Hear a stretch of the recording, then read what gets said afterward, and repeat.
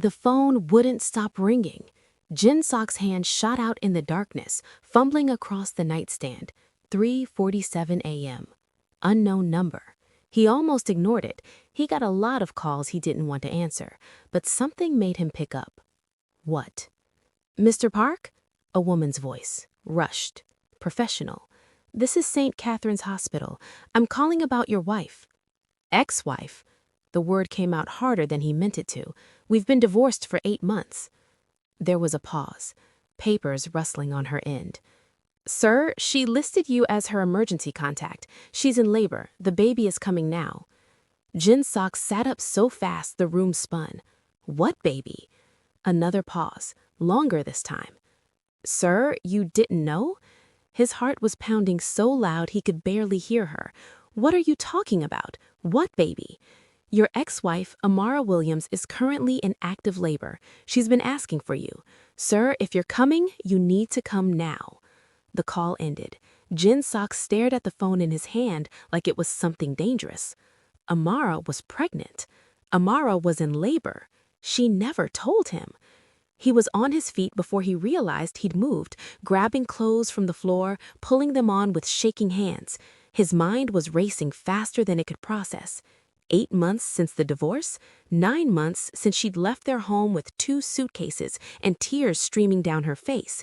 She'd been pregnant the whole time, and she never said a word. The keys. Where were his keys? He found them on the kitchen counter, grabbed them, and ran. If you want to know why she hid this from him and what happens when he walks into that hospital room, stay with me. And if you're already hooked, hit that like button and drop a comment telling me, would you forgive someone who hid your child from you? Let's talk about it. Now, back to the story. The streets of Seoul were empty at 4 in the morning. Jin Seok's car tore through them like something was chasing him. Maybe something was. His own thoughts catching up too fast. He gripped the steering wheel until his knuckles went white. Rain started to fall, light at first, then harder. The windshield wipers beat a rhythm that matched his pulse. She was pregnant. Why didn't she tell me? His phone buzzed. His security chief, Tae-min. Boss, everything okay? You left without. Not now. He hung up. He couldn't think about business right now. Couldn't think about anything except Amara and a baby. His baby, a child he didn't know existed until 4 minutes ago. The hospital came into view. He didn't bother with the parking structure, just pulled up to the emergency entrance and left the car running. A security guard started to say something about illegal parking. Jin Seok looked at him once. The guard went quiet. Inside, the lights were too bright. Everything was white and sterile and wrong. A receptionist looked up at him. I need... His voice came out rough. He cleared his throat. Amara Williams, where is she? The receptionist typed into her computer. Are you family? I'm her husband. The lie came automatically, easier than explaining. 3rd floor, maternity ward, room 304. He was already moving toward the elevator before she finished talking. The elevator took forever. Jin Seok watched the numbers climb. 2nd floor, 3rd floor. The doors opened. He could hear her before he saw the room number. A scream, raw and exhausted and terrified. Amara's voice. His feet carried him down the hallway, past empty chairs, past a nurse's station where 2 women looked at him with curious eyes, past rooms with sleeping mothers and newborn babies. Room 304. He stood outside the door. His hand hovered over the handle. Inside, Amara screamed again. A nurse's voice. You're doing great. Just one more push. I can't. Amara's voice broke. I can't do this alone. Jin Seok opened the door. 4 pairs of eyes turned to him. 2 nurses, 1 doctor, and Amara. She was sitting up in the hospital bed, wearing a teal gown covered in small dots, her hair pulled back from her face. Her brown skin was covered in sweat. Her eyes were red from crying, and she looked at him like she'd seen a ghost. Jin Seok? He stepped into the room. The door closed behind him with a soft click. You were pregnant? His voice came out quieter than he expected, but she heard him. Everyone heard him. One of the nurses stepped forward. Sir, this isn't the time. You were pregnant. He said it louder now, moving closer to the bed. You were carrying my child and you didn't tell me? Amara's face crumpled. How did you— The hospital called me. I'm still your emergency contact, apparently. He was standing at the foot of her bed now, his hands gripping the rail. 8 months, Amara. We've been divorced for 8 months. How far along are you? She didn't answer, just looked at him with those eyes that used to make him forget everything else in the world. How far along? Full term. The doctor's voice was calm but firm. She stepped between them, a small Korean woman with steel in her eyes, which means we don't have time for this conversation right now. Sir, you either need to leave or you need to be helpful. She's about to have this baby. I'm staying. The words came out before he could think about them. Jin Seok, Amara started. I'm staying. He moved to the side of the bed. I should have been here from the beginning. I'm here now. Amara opened her mouth to argue. Then another contraction hit and she screamed, her whole body tensing. Okay, Amara. The doctor moved back into position. I need you to push. Big push, now. Amara pushed. Her hand shot out, grabbing for something to hold on to. It found Jin Seok's hand. She squeezed so hard he felt his bones shift. He didn't pull away. You're doing good. He didn't know what else to say. You're okay. I'm not, she gasped for air. I'm not okay. Yes, you are. You're the strongest person I know. He leaned closer, his other hand coming up to brush sweat from her forehead. Breathe. Look at me. Breathe. She looked at him, really looked at him. For the first time in 9 months, their eyes met and held. Why didn't you tell me? He whispered. Tears spilled down her cheeks. I couldn't. Another push, the doctor interrupted. Come on, Amara, the baby's crowning. This time when she screamed, Jin Seok held her hand with both of his. He'd faced down rival gangs. He'd been shot twice, stabbed once. But he'd never been as scared as he was right now, watching Amara in pain, knowing there was nothing he could do to take it away. One more, the doctor said. One more big push and you get to meet your baby. I can't. You can, Jin Seok's voice was rough. Amara, look at me. You can do this. One more. She looked at him, nodded, and pushed. For a moment, everything went silent. Then, a cry, small and angry and perfect. It's a girl. The doctor's voice was full of joy. You have a daughter. Amara collapsed back against the pillows, laughing and crying at the same time. The nurse wrapped the baby in a white blanket, so white it almost glowed under the hospital lights, and brought her over. Here's your mama, little one. Jin Seok watched as they placed the baby in Amara's arms, watched Amara's face transform into something he'd never seen before. Pure love, instant and overwhelming. The baby had light brown skin, dark hair, still wet, tiny hands that waved in the air like she was conducting an orchestra only she could hear. Hi, Amara whispered. Hi, baby girl. I'm your mama. Jin Seok couldn't move, couldn't breathe, just stood there staring at this tiny person who was somehow half him. Do you— Amara's voice was soft. She looked up at him. Do you want to hold her? His hands were shaking. I don't know how. Neither did I 5 seconds ago. A small smile. The first real smile he's seen from her in 9 months. Come here. He sat carefully on the edge of the bed. Amara showed him how to support the baby's head. Then she transferred the tiny bundle into his arms. Jin Seok held guns, knives, power. But this was holding the entire world in his hands, and knowing one wrong move could break it. She's so small, he said. She's perfect. Amara was watching him. Jin Seok, I'm sorry. Don't. He couldn't look away from the baby. Right now, let me just— The baby opened her eyes, dark like his. She looked right at him. Hello, he whispered. I'm your dad. I'm sorry I wasn't here before. His voice cracked. But I'm here now. I promise I'm here now. We're just getting started. The real story, it's what comes next. Stay with me through it. You won't want to miss it. And if you're already invested in Jin Seok and Amara's story, make sure you're subscribed so you don't miss what happens when the past catches up to them. The nurses left them alone after a while. Just the three of them in the quiet hospital room as dawn started to break outside the window. Amara was resting against the pillows, exhausted. The baby, their daughter, was sleeping in the clear plastic bassinet beside the bed. Jin Seok sat in the chair next to them, unable to look away from either of them. "What's her name?" he asked quietly. Amara's eyes were closed, but she wasn't asleep. "I didn't pick one yet." "You had 9 months." "I know." Her voice was barely above a whisper. I kept thinking I should wait." "Wait for what?" She opened her eyes then, looked at him. "Wait for you."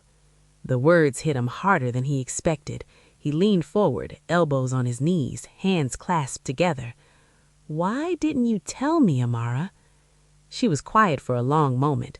Then she reached for her phone on the bedside table. Her hands were shaking as she unlocked it and pulled up her messages. She handed it to him without a word. Jin Seok scrolled them. Anonymous numbers, all from 9 months ago, right after she'd left. "Tell Park Jin Seok we're watching. Everyone he loves will pay for what he's done." The American woman won't be safe for long. His jaw clenched. "When did you get these?" 2 weeks after I left. That's when I found out I was pregnant. She took the phone back, set it aside. I went to the police. They said they couldn't do anything about anonymous threats. "You should have called me." "And say what?" There was an edge to her voice now. "Come protect me?" "You'd have started a war, Jin Seok. You'd have gone after everyone you even suspected. More blood, more bodies. And our baby," her voice cracked, "our baby would have grown up in the middle of that." "She's my daughter. I had a right to know." "I know." Tears were sliding down her cheeks again. "God, I know that. Every doctor's appointment, every time I felt her kick, every ultrasound, I wanted you there. I wanted to call you so badly." "But you didn't." "Because I was trying to protect her. I thought if you didn't know, if I kept her hidden, she'd be safe." She wiped at her eyes roughly. "I see now how stupid that was." Jin Seok stood up, walked to the window. Seoul was waking up below them. Cars starting to fill the streets. People heading to work, to school, to normal lives. "Why did you stay?" he asked without turning around. "What?" "In Seoul. Why didn't you go back to America?" Amara was quiet for a moment. "I tried. I bought the ticket, packed everything, got to the airport. And I couldn't get on the plane." Her voice was soft. "She's half Korean, Jin Seok. This city is part of her story, part of who she is. How could I take that away from her before she was even born?" He turned to look at her. "That's the only reason?" "No." She looked down at her hands. "I still had my contract work, 6 more months, and my health insurance was through the company. Do you know how much it costs to have a baby in America without insurance? I would have paid for it." "With what explanation? We were divorced. You didn't know I was pregnant." She shook her head. "And honestly, I'd already done 7 months of prenatal care here. I had a doctor I trusted. Changing everything in the 3rd trimester felt too risky." Jin Seok nodded slowly. It made sense, too much sense, which somehow made it worse that she'd had to think through all of this alone. "I'm getting out," he said. "What?" He moved back to the chair, sat down. "Out of the organization, out of that life. I don't know how yet. It won't be easy, but I'm done." Amara stared at him. "You can't just leave. You know what happens to people who try to walk away." "Then I'll be the first one who succeeds, because the alternative is losing you, losing her, and that's not an option." "Jin Seok." "I mean it, Amara. Look at me." He waited until she met his eyes. "I let you go once because I thought it was the right thing, the safe thing. But you weren't safe, and I wasn't there. I'm not making that mistake again." She opened her mouth to respond. Then his phone rang. Unknown number. Again. Jin Seok looked at it. Something cold settled in his stomach. He answered, but didn't speak. "Congratulations on the baby, Park Jin Seok." The voice was male, Korean, distorted slightly like it was run through a filter. "A daughter. How vulnerable. Jin Seok was on his feet instantly. He walked away from the bed, keeping his voice low. Who is this? You don't remember me, but you remember my brother. You killed him 3 years ago, burned down his office with him inside. Very dramatic. The Choi family. Jin Seok's mind raced through memories. The territory war, the fire. He thought he'd ended that bloodline. What do you want? The same thing you took from me. Everything. The voice hardened. My brother, my inheritance, my future. You took it all. Now I'm going to take yours, starting with that beautiful black woman and your mixed baby. Jin Seok's blood went cold. If you touch them, I'm not going to touch them, Jin Seok. Not yet. The voice was calm. Too calm. First, I want you to suffer the way I suffered. I want you to know I'm coming and not be able to stop it. I will end you. You can try. A pause. By the way, check your messages. The call ended. Jin Seok's phone buzzed. A photo.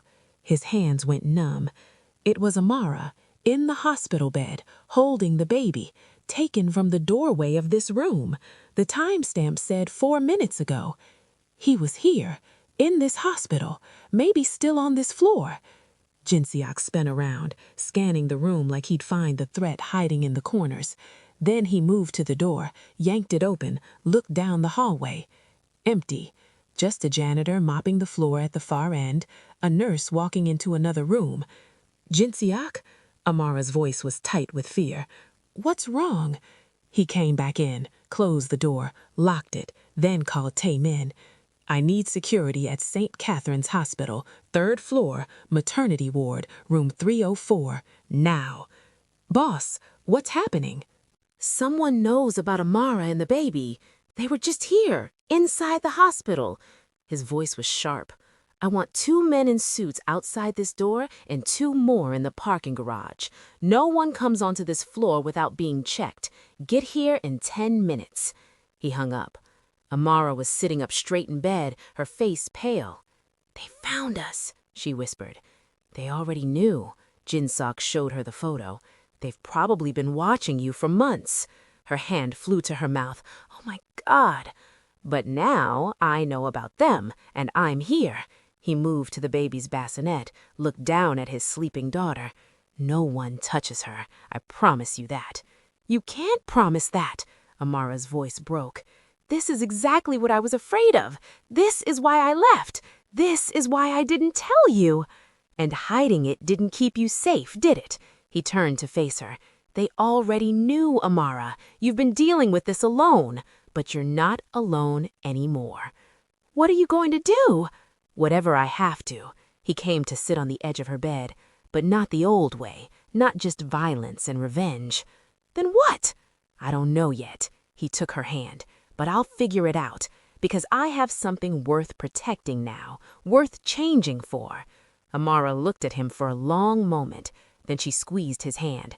I never stopped loving you, she said quietly. Even when I left, even when I was angry and scared, I never stopped. I never stopped either.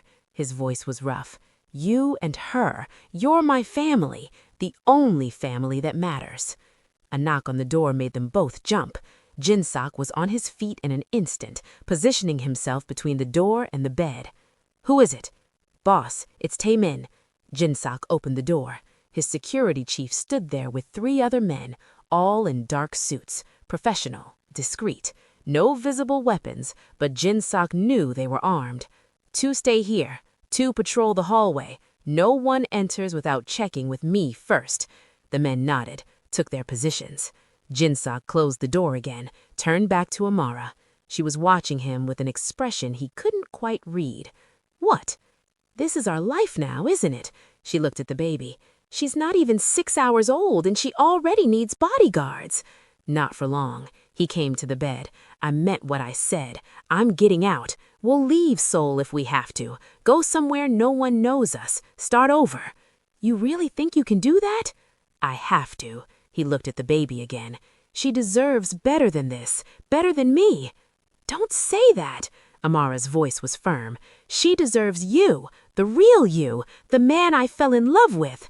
Jin Seok picked up the baby carefully. She stirred but didn't wake. He held her close, breathed in that newborn smell that people always talked about. "I wasn't there for the first 8 months, but I'll be there for everything else. Her first word, her first step, her first day of school, the first time someone breaks her heart." He smiled slightly. "God help them when that happens." Amara laughed softly, then yawned. "You should sleep," Jin Seok said. "I can't, not with—" She gestured vaguely at the door, the guards, everything. "I'll be here. I'm not going anywhere." He settled back into the chair, still holding the baby. "Sleep, Amara. I've got her. I've got both of you." She looked at him for a long moment, then nodded and closed her eyes. Within minutes, her breathing evened out. Jin Seok sat there in the quiet room, holding his daughter, watching the sun rise over Seoul, and for the first time in 3 years, he let himself imagine a different future, one without blood, without fear, one worth living for. The threat isn't over, not even close. In the final part, everything comes to a head. Don't go anywhere. You need to see how this ends. And if you're as invested in this family as I am, drop a comment. What would you do if you were Jin Seok? How do you protect the people you love when your past won't let you go? Jin Seok didn't sleep. He sat in that chair for hours, holding his daughter while Amara slept. Every sound in the hallway made his muscles tense, every footstep past the door, every voice. Around 8 a.m., a nurse came in to check on Amara and the baby. She smiled at him. "You're a natural," she said, watching how carefully he held the infant. He didn't feel natural. He felt terrified. After the nurse left, the baby started to fuss, small sounds at first, then building toward a cry. Jin Seok stood up, started walking around the room, bouncing her gently like he'd seen people do in movies. "Shh," he whispered. "It's okay. Your mom's sleeping. Let her rest, yeah?" The baby quieted, looked up at him with those dark eyes. "We need to give you a name," he said softly. "Can't just keep calling you the baby." He thought about it, about everything this child would be.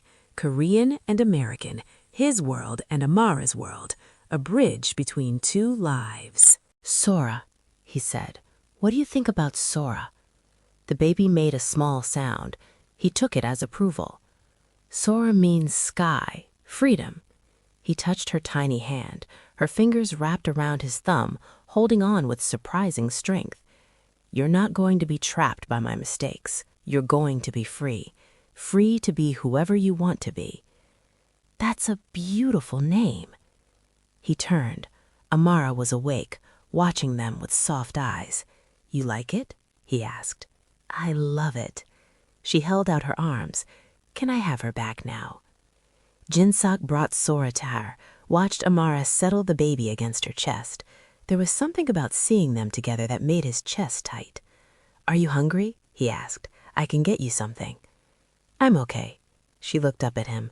"Have you slept at all?" "No." "Jin Seok." "I'm fine." He moved back to the window. The morning was bright now. Normal. People going about their normal days while his world had completely changed overnight. His phone buzzed, a text from Tae-min. "Police liaison is here, wants to talk to you." Jin Seok stepped into the hallway. One of his guards stood by the door. Down the hall, Tae-min was talking to a man in a suit, not a uniform, a detective. "Mr. Park?" The detective bowed slightly. "I'm Detective Kim. Your security chief told me you've received threats." Jin Seok kept his voice low. "Someone sent me a photo, taken inside this hospital, inside that room, while my ex-wife was holding our newborn daughter. Do you still have the photo?" Jin Seok showed him. The detective studied it, his expression grave. "And you don't know who sent it?" "I know exactly who sent it." Jin Seok met his eyes. "Someone from my past, someone I thought was dead." "I see." The detective's voice was neutral. "Mr. Park, I'm going to be honest with you. Given your history, this puts us in a difficult position." I'm not asking you to do anything illegal. I'm asking you to protect a woman and a baby. And we will. I'll station an officer on this floor. But Mr. Park, the detective stepped closer, lowered his voice. If you're planning to handle this yourself, I need you to reconsider. More violence won't solve this. I know. The words surprised him even as he said them. I know that. The detective looked skeptical, but nodded. Good. Keep me informed if you receive any more threats. After he left, Tae-min moved closer. Boss, what do you want us to do? Find out everything you can about the Choi family. I thought they were gone, but apparently I missed one. Jin Seok's voice was hard. I want to know where he is, who he's working with, what his next move is. And when we find him, Jin Seok was quiet for a moment. The old him would have said kill him, simple, final. But the old him didn't have a 6-hour-old daughter sleeping in the next room. When we find him, we talk first. He looked at Tae-min. I'm trying something different this time. Tae-min's eyebrows rose, but he didn't question it. Yes, boss. Jin Seok went back into the room. Amara was nursing Sora, a blanket draped over them for privacy. She looked up when he entered. Everything okay?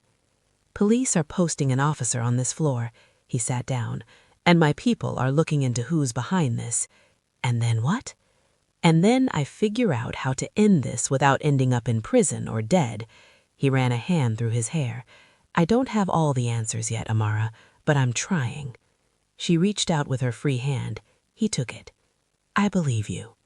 Those 3 words meant more than she probably knew. They sat like that for a while, quiet, almost peaceful except for the guards outside the door and the weight of everything unsaid. What happens when we leave here? Amara asked eventually. When they discharge us tomorrow or the next day? You're not going back to your apartment. Jin Seok, it's not safe. He knows where you live. He's probably been watching it for months. Jin Seok squeezed her hand. You come home with me. The penthouse has security, cameras, guards. That's not a life for a baby. It's temporary, just until I figure this out. He looked at her. Please, Amara, don't fight me on this. She was quiet for a long moment, then nodded. Okay, but Jin Seok, if this is going to work, if we're going to try to be a family again, things have to be different. I know. I mean it. No more coming home with blood on your hands. No more disappearing for days without explanation. No more choosing that world over us. I'm choosing you. His voice was firm. Both of you, over everything. Prove it. I will. He stood up, walked to where she sat holding Sora, knelt down beside them so he was eye level with both of them. I will spend every day for the rest of my life proving it. I swear. Amara's eyes filled with tears. I'm scared. Me too. He touched Sora's head gently. But I'd rather be scared with you than safe without you. She leaned forward, rested her forehead against his. For a moment, they just breathed together. Then his phone rang again. Unknown number. Jin Seok stood, walked away before answering. What do you want? Did you like my photo? The same distorted voice from before. I was standing right outside her door. Could have walked in at any time. But you didn't. Because where's the fun in that? The voice was amused. I want you to suffer first, Jin Seok. I want you to feel helpless, to know that everything you love can be taken away in an instant. You're not going to touch them. No. Let me tell you something about your security. Papers rustled in the background. Park Tae-min, your security chief. His daughter goes to Seoul International School, gets dropped off every morning at 7:45, picked up at 3:30. Jin Seok's blood ran cold. Lee Jun-ho, one of your guards, his mother lives in Busan, visits her every Sunday. And let's see, Kim Sung-min, gambling problem, owes money to half the loan sharks in Gangnam. I get it. You've done your homework.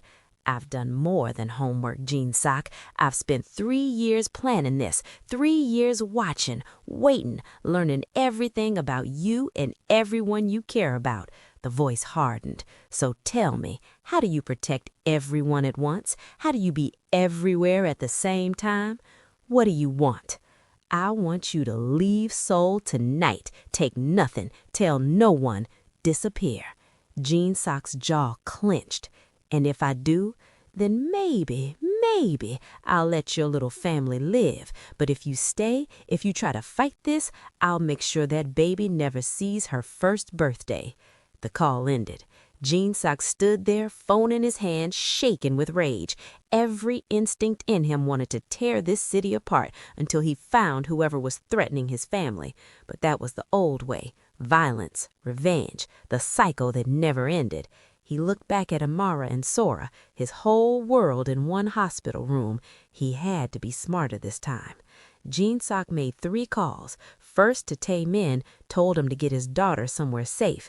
Then to a lawyer he trusted, started the process of extracting himself from the organization legally, carefully. Finally to an old friend who'd gotten out years ago and lived quietly in Japan now. I need advice, Jin Seok said when he answered. How did you do it? How did you walk away and survive? They talked for 20 minutes. When Jin Seok hung up, he had the beginning of a plan. Not a perfect one, but a plan. He went back into the room. Amara looked at him, reading his face. What happened? He called again, made threats. Jin Seok sat down heavily. He wants me to leave Seoul, disappear. So let's go. Let's leave tonight. He'll just follow us. People like him, they don't stop. Jin Seok shook his head. No, I need to end this, but not the way I used to end things. Then how? I'm still figuring that out. He looked at Sora sleeping peacefully in Amara's arms. But I will, because she deserves to grow up without looking over her shoulder, without being afraid. Amara nodded. So what do we do now? Now, Jin Seok stood up, went to the window. The sun was starting to set. Almost 12 hours since that phone call at 3:47 a.m. 12 hours since his life changed completely. He turned back to them. Now we go home. We keep our safe, and I do what I should have done 3 years ago. I find a way to leave this life that doesn't end with me dead. He moved closer. I have something worth living for now, something worth changing for. We can't do this alone, Amara said softly. We won't be alone. Jin Seok pulled out his phone, started scrolling through contacts. I have people I trust, people who want out just like I do. We do this together. We build something new. Do you really think you can do this? He looked at Sora, at her tiny hands, her perfect face, the future in his arms. I have to, he said. Failure isn't an option anymore. Amara smiled through her tears. Then let's do it, all of us, together. Jin Seok leaned down, kissed her forehead, then kissed Sora's, his family, his reason for everything. Outside the window, the city lights started to come on. Seoul at night, beautiful and dangerous and full of possibility. Whatever came next, whatever threats waited in the shadows, he'd face them. Not with violence, not with fear, but with something he'd never really had before. Hope. So that's their story for now. The war isn't over, the threat isn't gone, but Jin Seok has something he never had before, a reason to change, a reason to fight smarter, not just harder. If you want to see part 2, if you want to know whether Jin Seok can really leave his past behind, whether Choi Dae-hyung makes good on his threats, whether this family can survive what's coming, drop a comment right now and smash that subscribe button, because this story is just getting started. And let me ask you this, do you think people can really change? Can someone like Jin Seok walk away from violence and build something good? Or is he doomed to repeat the same mistakes? Tell me in the comments. I read every single one. Thanks for watching. I'll see you in the next one.